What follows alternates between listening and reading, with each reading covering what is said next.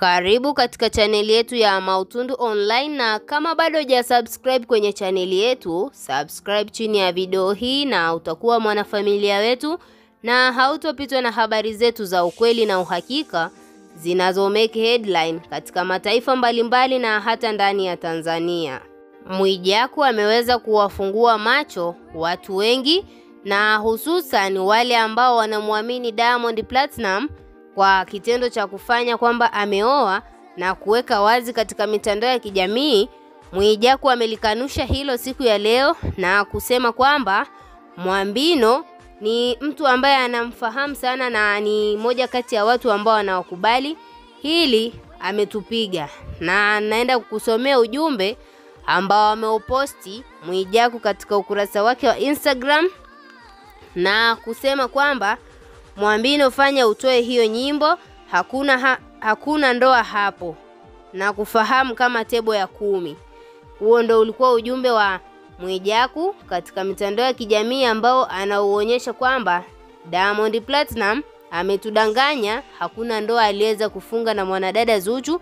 Na kama tunavyomjua Mwijaku amekuwa ni mtu akiwa na jambo lako, hata kama ni zito namna gani vipi, anaweza kuliweka katika hadhara na haofii kitu chochote. Tunaweza kuona ameweza kumsema Mwambino kwamba ni muongo na ametudanganya kwamba ameshafunga ndoa, kumbe ni kiki za nyimbo. Na kama tunavyojua wasanii wa Tanzania wanaweza wakaanzisha drama yoyote ili mradi tu mweke attention, na mkishaweka attention unashangaa tu wanashusha nyimbo mpya, na nyimbo hizo unakuta ni moja kati ya story walioitengeneza hapo kabla inawiana na hizo nyimbo zote walizoweza kuziandaa kipindi chote hicho wakiwa wanafanya hizo drama, ikiwemo moja kati ya drama ambayo Mwijaku ametufungua nayo ni hii ya Diamond Platinum kuweka wazi katika mitandao ya kijamii ameoa.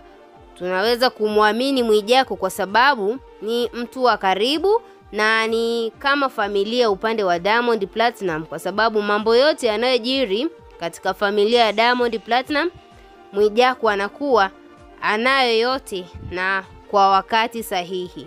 Kila mtu anajiuliza itakuwaje kama ilikuwa ni nyimbo tu, ndio maana wakaandaa hata hiyo drama yao ya ndoa.